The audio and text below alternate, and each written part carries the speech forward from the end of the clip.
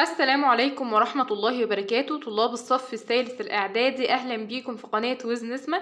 النهاردة إن شاء الله هنحل مع بعض محافظة القاهرة عربي تالتة إعدادي ترم أول 2024 من كتاب الأضواء. طبعا ده ملحق الأضواء يكون معانا إن شاء الله، ولو مش متوفر نقدر ننزلوه PDF عشان تحلوا معانا الأسئلة. طبعا ان شاء الله هنستفاد من اسئله المحافظات لان هي ما بيخرجش عنها الامتحانات باختلافات بسيطه يعني ان شاء الله. بس قبل ما نبدا الفيديو ما تنسوش تشتركوا في القناه وتفعلوا زر الجرس عشان يوصل لكم كل جديد، وكمان تشيروا القناه مع اصحابكم علشان يستفادوا. نبدأ من درس سميرة موسى اقرأ ثم أجب. طبعا احنا في صفحة 72 في ملحق الأضواء. بيقول لي: وكانت تأمل أن تسخر علومها في الذرة لخير البشرية وليس لهدمها، فدعت إلى عقد مؤتمر دولي بكلية العلوم تحت شعار الذرة من أجل السلام، حيث شارك فيه كبار العلماء من شتى بقاع الأرض. ألف، تخير الإجابة الصحيحة مما بين القوسين. المراد بعقد وثيقة، إقامة، رابطة، صحيفة. طبعا المراد بعقد إقامة، لو حطيناها كده فدعت إلى إقامة مؤتمر. تمام، المعنى ماشي لأن عقد بمعنى إقامة. 2، مضاد تأمل، تتعب، تقطع، تفقد ولا تيأس. طبعا تأمل جاية من الأمل، الأمل عكسه اليأس، يبقى مضاد تأمل إيه؟ تيأس. خلاص. طيب ب بيقول لي: ما مظاهر تكريم مصر لابنتها العظيمة سميرة موسى؟ هنقول كده: منح الرئيس الراحل محمد أنور السادات اسمها وسام العلوم والفنون من الطبقة الأولى عام 1981 ميلاديا، وتقرر إنشاء قصر ثقافة يحمل اسمها في قريتها عام 1998 ميلاديا.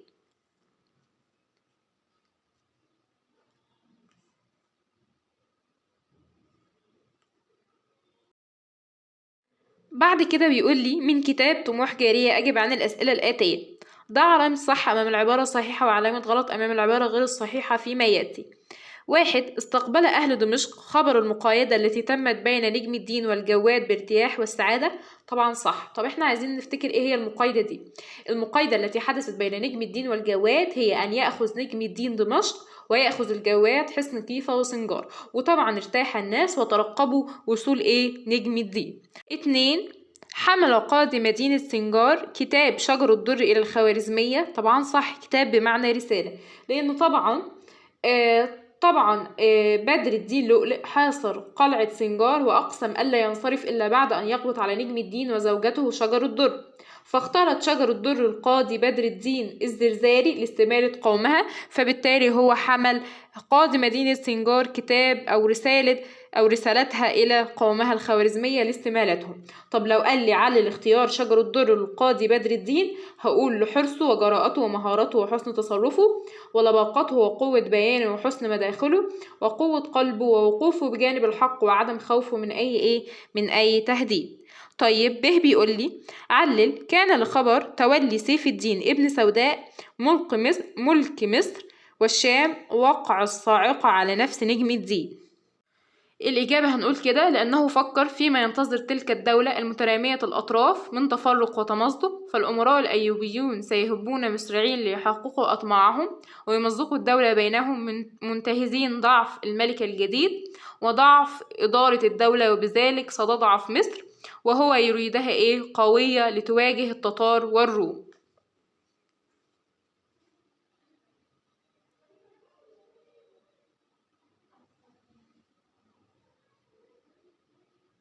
صفحة 73 القراءة متحررة المحتوى. بيقول لي: اقرأ ثم أجب.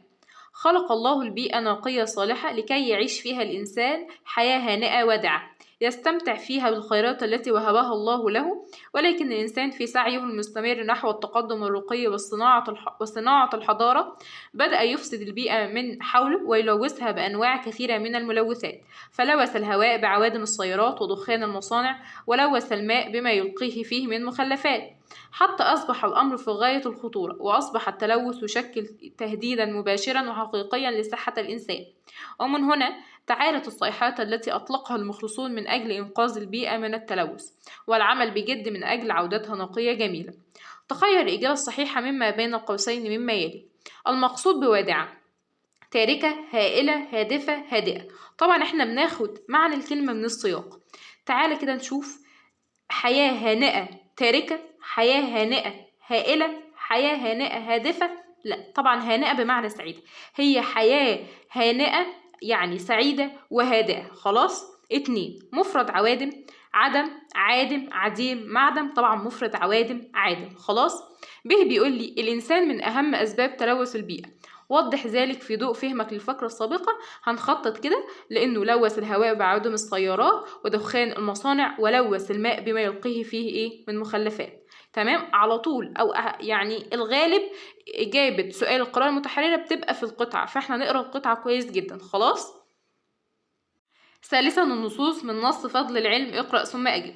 قال رسول الله صلى الله عليه وسلم من سلك طريقا يبتغي فيه علما سلك الله به طريقا إلى الجنة، وإن الملائكة لتضع أجنحتها رضاء لطالب العلم، وإن العالم لا يستغفر له من في السماوات ومن في الأرض حتى الحيتان في الماء، وفضل العالم على العابد كفضل القمر على سائر الكواكب. تخير الإجابة الصحيحة مما بين القوسين. معنى يبتغي يطلب، ينتظر، ييسر، يسير، طبعا معنى يبتغي يطلب. 2 جمع العالم مش العالم، جمع العالم العلوم، الأعلام، العلماء، المعلمون. طبعا جمع العالم العلماء، أما جمع العالم العوالم. خلاص. وطبعا مفرد العلوم العلم، مفرد الأعلام العلم، مفرد المعلمون ايه المعلم. خلاص. أما جمع العالم العلماء، وقلنا جمع لو قال لي عالم يبقى جمعها ايه؟ تمام عوالم. خلاص. بعد كده جيم ما الجمال في قوله صلى الله عليه وسلم وإن العالم ليستغفر له من في السماوات ومن في الأرض. طبعا ده تعبير مؤكد بإن واللام، والغرض منه الحث على طلب العلم، وكمان ممكن نقول السماوات والأرض بينهما تضاد يوضح المعنى إيه ويؤكده. ده اللي بيقول لي وضح سبب تقديم وتفضيل العالم على العابد في الحديث الشريف. طبعا هنقول لأن العالم يفيد نفسه وغيره، أما العابد فعبادته تنفعه هو فقط، وناخد بالنا السؤال ده بيتكرر كتير في الامتحانات. بعد كده من نص كن جميلا اقرأ ثم أجب. أي هذا الشاكي وما بك داء كيف تغدو إذا غدوت عليلا، إن شر الجنات في الأرض نفسا تتوقع قبل الرحيل رحيلا، وترى الشوك في الورود وتعمى أن ترى فوقها الندى إكليلا. بعد كده صفحة 74 بيقول لي تخير الإجابة الصحيحة مما بين القوسين مما يلي. المراد بتتوقع، تشعر، تهوى، تحمل، تخشى. طبعا المراد بتتوقع تخشى، لأن احنا لو قلنا تخشى قبل الرحيل رحيلة يعني تخشى الموت قبل حدوثه أو قبل وقوعه. 2 جمع داء، طبعا جمع داء أدواء، طبعا داء بمعنى مرض ناخد بالنا ونفرق، أما دواء هو العلاج. طيب مفرد أدوات أداة، مفرد أدوية دواء، مفرد أداءات أداء. خلاص. طيب ب بيقول لي عاب الشاعر على الإنسان المتشائم في الأبيات السابقة صفات عديدة اذكرها. تشاؤمه وخوفه من الموت قبل وقوعه، وعاب عليه في الصفات مثل التشاؤم وكثرة الشكوى والخوف من الموت قبل وقوعه ورؤية القبح في كل شيء، ولا ينظر إلى ما فيه إيه من جمال. خلاص.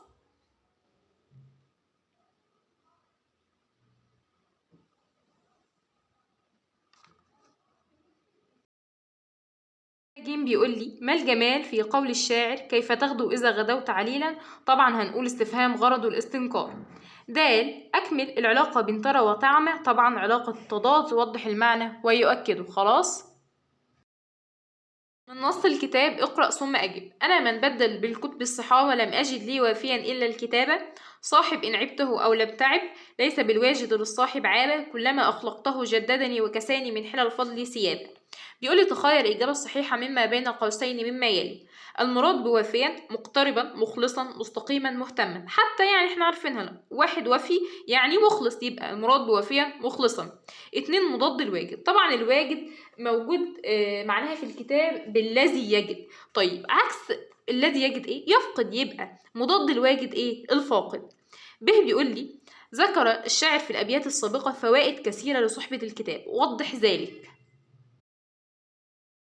هنقول كده من فوائد صحبة الكتاب الذي ذكرها الشاعر في الأبيات أن الكتاب أفضل صديق، فهو يتصف بالوفاء الذي لا يجده عند الأصدقاء، فلذا اتخذ الكتب بديلا عن الصحاب. ورقم 2 أنه لا يبحث صاحبه عن عيب سواء عابه صاحبه أو لم يعبه. رقم 3 أنه يزيدك علما ومعرفة ويزينك بزينة الفضل والأدب. خلاص.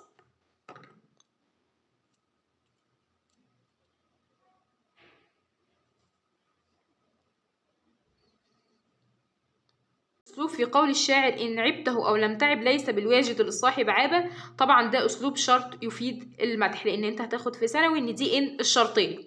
طيب أكمل. جاءت كلمة الصحاب جمعا لتفيد، طبعا لتفيد إيه؟ العموم والشمول. خلاص. رابعا النحو، بيقول لي اقرأ ثم أجب. يا أبناء الوطن، نحن نعيش في عصر تتعدد فيه وسائل المعرفة وتتنوع فيه طرائق تنمية المهارات، لذا ينبغي عليكم التماس هذه المعارف وتطبيق ما تتعلمونه في حياتكم لتنفعوا أنفسكم وتساهموا في رقي وطنكم، ونعم العمل طلب طلب العلم. بيقول لي اعرب ما تحته خط. بعد كده هنبتدي نعرب. يا أبناء الوطن، نحن، طبعا نحن هنا ضمير متكلم مبني على الضم في محل رفع مبتدأ. نعيش في عصر تتعدد فيه وسائل المعرفة، طبعا وسائل نكرة، ومعرفة معرفة بالألف ولام، يبقى وسائل المعرفة، يبقى المعرفة مضاف إليه مجرور بالكسرة الظاهرة. وتتنوع فيه طرائق تنمية المهارات، لذا ينبغي عليكم التماس. طبعا لما بيجي جار ومجرور بعد الفعل بنحذفه، فهنقرا كده الجملة لذا ينبغي، يعني هنحذف عليكم خلاص، فهنقول لذا ينبغي التماس. فالتماس هنا فاعل مرفوع علامة رفعه الضمة، خلاص، الضمة الظاهرة. خلاص، يبقى احنا كده عربنا. قلنا نحن ضمير متكلم مبني على الضم في محل رفع مبتدأ، المعرفة مضاف إليه مجرور بالكسرة الظاهرة، والتماس فاعل مرفوع بالضمة الظاهرة. استخرج بدلا وبين نون. طبعا احنا عارفين ان الاسم المعرف بالالف واللام الواقع بعد اسم الإشارة يعرب بدل مطابق، فبالتالي هنا المعارف مشار إليها وواقع بعد اسم إشارة، فبالتالي هنا المعارف بدل مطابق. خلاص، يبقى بدل المعارف ونوعه بدل مطابق. 2 بيقول لي استخرج مخصوصا بالمدح واعربه. طبعا احنا عندنا ونعم العمل طلب العلم، ده كده أسلوب مدح. نعمة فعل المدح، العمل فاعل مرفوع بالضمة بالضمة الظاهرة، طلب العلم ده المخصوص بالمدح. احنا عارفين المخصوص بالمدح بيتعرب إعرابين، يا مبتدأ مؤخر أو خبر لمبتدأ محذوف. خلاص، يبقى هنا المخصوص بالمدح طلب العلم وإعرابه مبتدأ مؤخر مرفوع بالضمة، أو خبر لمبتدأ خبر مبتدأ محذوف برضو مرفوع بالضمة. خلاص. 3 بيقول لي منادى وبين نوع المنادى. يا أبناء الوطن، طبعا أبناء المنادى، ونوع المنادى منادى مضاف، بعدها مضاف إليه يبقى منادى مضاف. خلاص. بعد كده صفحة 75 بيقول لي أجب بما هو مطلوب بين القوسين.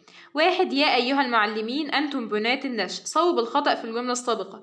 طبعا الخطأ في كلمة المعلمين. ليه؟ لأن احنا عارفين إنه أي اسم بيجي بعد يا هذه يا هؤلاء يا أيها بيبقى مرفوع، وهنا منصوب أو مجرور، فبالتالي هنخليها يا أيها المعلمون، لأنه هيبقى نعت مرفوع بالواو، لأنه جمع مذكر جمع مذكر سالم. 2 بيقول لي أعجبني خلق الطالب. اجعل الفاعل بدلا وغير ما يلزم. طبعا أعجبني خلق الطالب، هنا الفاعل خلق لأن الياء المتكلم هنا مفعول به، فاحنا عايزين الفاعل يبقى بدل، فهنقول هنعمل مقص، نقول أعجبني الطالب خلقه، فكده الطالب يبقى فاعل وخلقه اللي هو كان فاعل هنا في الجملة دي هيبقى بدل اشتمال. خلاص. ده اللي بيقول لي ضع كلمة مصابيح في جملتين بحيث تكون في الأولى مجرورة بالكسرة وفي الثانية مجرورة بالفتحة. هنقول كده اكشف في المعجم عن مصابيح، فهنا تبقى مجرورة تمام مجرورة بالفتحة. أما هنا هنقول اكشف في المعجم عن المصابيح، هنحط لها ألف ولام، فبالتالي هتبقى مجرورة بالكسرة. بيقول لي تخير الإجابة الصحيحة مما بين قوسين مما يأتي.